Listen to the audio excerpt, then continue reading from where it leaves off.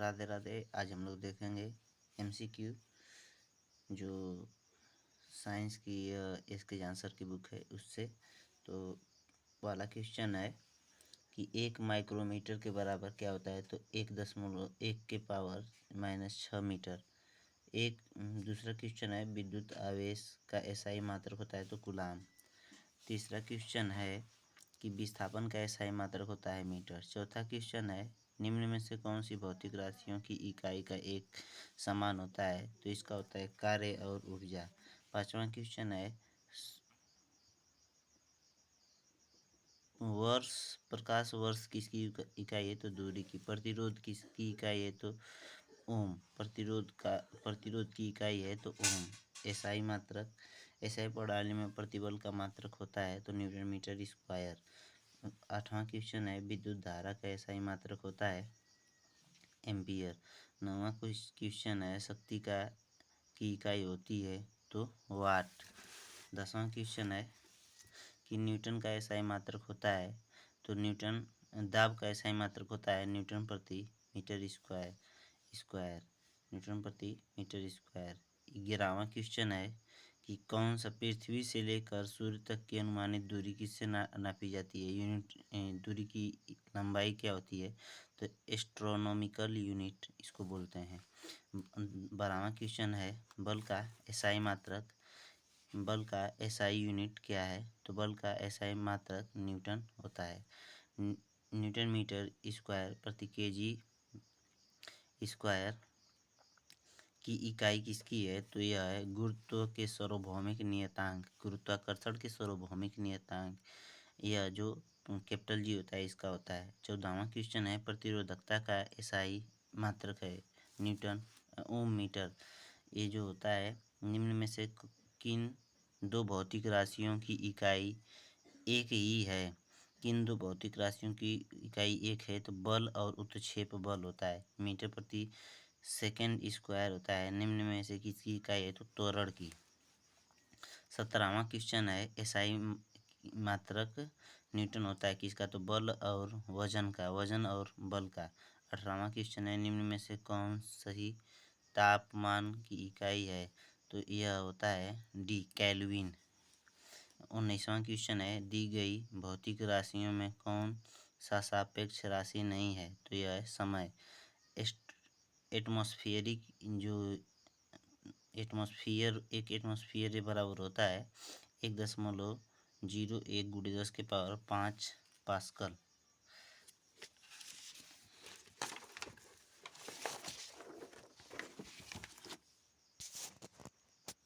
आगे देखते हैं कि 21वां क्वेश्चन है कार्य का मात्रक होता है तो जूल।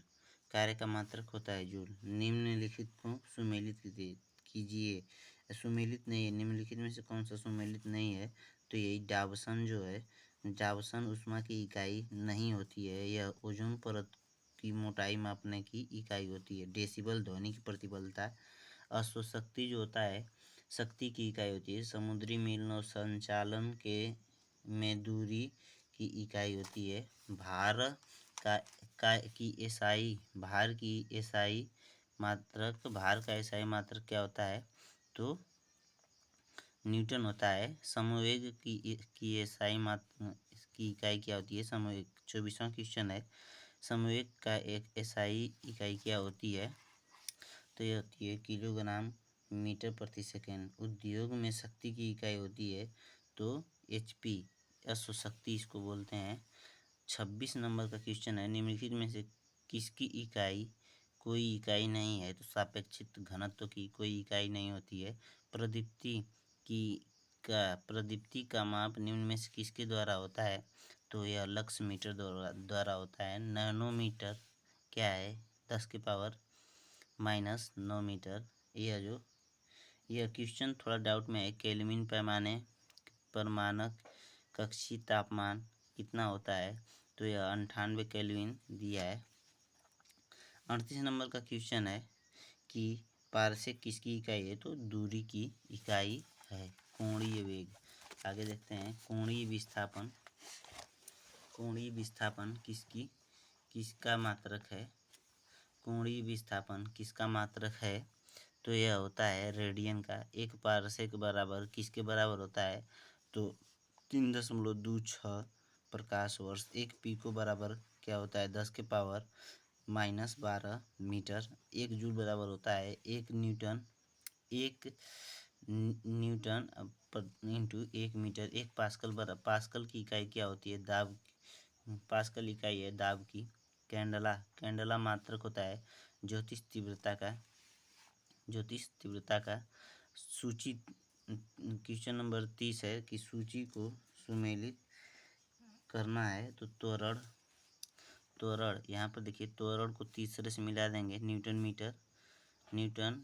नहीं, मीटर प्रति सेकेंड स्क्वायर। बल का मात्रक होता है न्यूटन, तो यह होता है चौथा किलोग्राम मीटर प्रति सेकेंड स्क्वायर।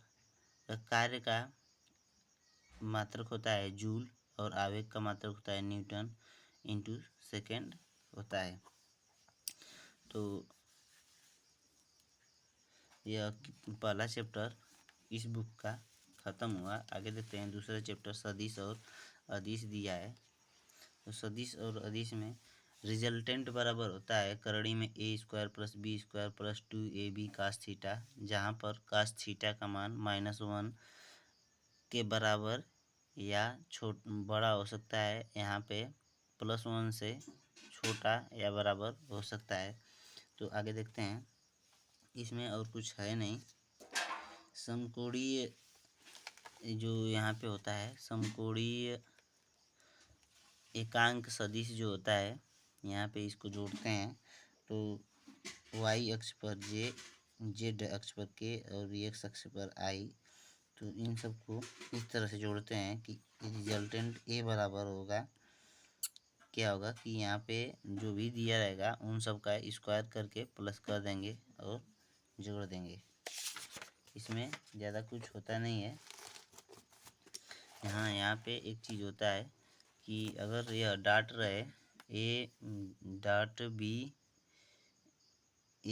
सदिश a डॉट सदिश b रहे, तो यहाँ पे cos theta b a b cos theta सदिशों का अदिश गुणनफल होता है। और यहाँ पे अगर क्रॉस रहे तो a into b sine theta n पर, तो यह सदिशों का सदिश गुणनफल होता है। आगे देखते हैं यहाँ से। फिर यह पहला क्वेश्चन है कि एक पिंड वेग u से ऊर्ध्वाधर ऊपर की ओर फेंका जाता है, तो इसके ऊपर उठने की अधिकतम ऊंचाई होगी, तो क्या होगी कि u² 2g। किसी गतिमान पिंड के लिए विस्थापन की दूरी का एकांकी अनुपात क्या होता है, तो एकांकी अनुपात क्या होता है कि 1 के बराबर अथवा 1 से कम।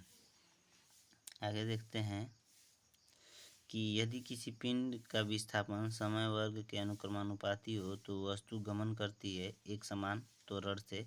मान लीजिए कि एक लड़का 10 मीटर प्रति सेकेंड की नियत चाल से चल रहा है। मेरी गोल्ड राउंड झूले पर सवारी करने का आनंद ले रहा है। इससे ज्ञात होता है कि वह लड़का क्या है कि त्वरित गति में है। आगे देखते हैं कि 5वां क्वेश्चन है कि v और t मतलब वेग और समय ग्राफ द्वारा घेरा गया क्षेत्रफल किस भौतिक राशि को निरूपित करता है, जिसका मात्रक है, तो यह जो क्षेत्रफल किस, यह दूरी को, जब क्षेत्रफल निकालेंगे वेग और समय ग्राफ में ऐसे, तो यहाँ से जब इस चीज़ का क्षेत्रफल निकालेंगे तो यह दूरी को व्यक्त करता है। तो यह जब दूरी को व्यक्त करता है तो इसका मीटर हो जाएगा। वेग और समय ग्राफ में यह निष्कर्ष निकलता है कि यहाँ पर देखिए एक समान वेग है। यहाँ पे वेग एक समान है क्योंकि समय के साथ साथ वेग रुका हुआ है और इस तरह से चल रहा है, तो एक समान वेग से ही चलेगा। आगे देखते हैं 7वां क्वेश्चन है कि ए बी सी डी किसी एक समतल तल पर सड़क पर गति कर रही है तो दूरी समय ग्राफ में दर्शाए गए सही कथन को चुनिए। यहाँ पे देखिए कि यह चित्र दिया है और जो चित्र है तो यहाँ पे ये बताना है कि कौन सी कार धीमे चल रही है, कौन सी कार जो तेज चल रही है। तो देखिए यहाँ पे यह सी कार जो है सबसे कम समय ले रही है लेकिन दूरी अधिक चल रही है तो यह तेज चलेगी। और यह बी जो कार है सबसे ज़्यादा समय ले रही है और दूरी कम चल रही है तो यह धीमे चलेगी। तो यही ऑप्शन सही होगा। तो यहाँ पे बी सबसे धीमा चलेगी। आगे देखते हैं। यहाँ पे 8वां नंबर क्वेश्चन है कि चित्र का कौन सा ग्राफ एक समान गति का सही निरूपण करता है। एक समान गति, तो यहाँ पे जो होगा एक समान गति अगर रहेगी तो समय और दूरी और समय, दूरी बटे समय बराबर होता है 4, यानी गति यहाँ पे एक समान है तो इसको एक समान कर लेंगे। और यहाँ पे देखिए 9वां नंबर क्वेश्चन है कि वेग समय ग्राफ की प्रवणता से प्राप्त होता है।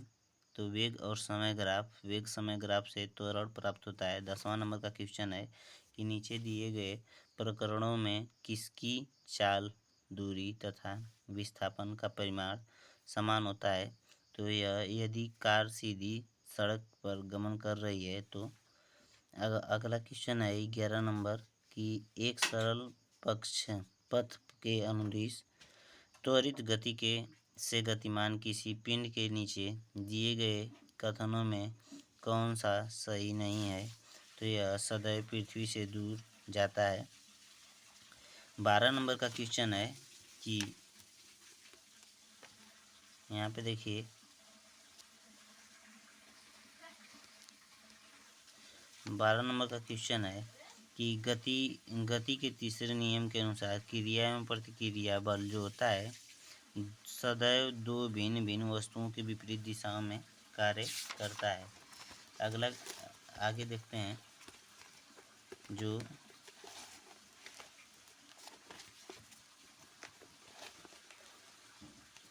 13 नंबर का क्वेश्चन है कि नकारात्मक त्वरण निम्न में से किसकी दिशा के विपरीत होता है।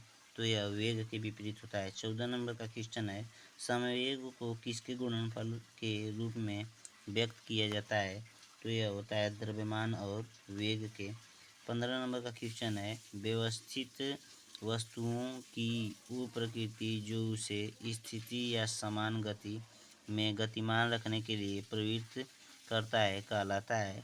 तो यह कहलाता है जड़त्व।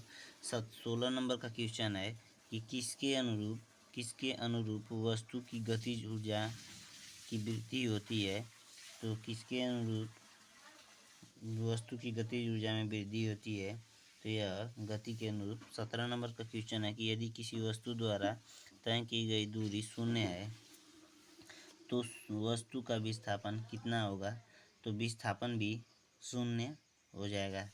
विस्थापन के परिवर्तन की दर को क्या कहते हैं। तो विस्थापन के परिवर्तन की दर को वेग कहते हैं।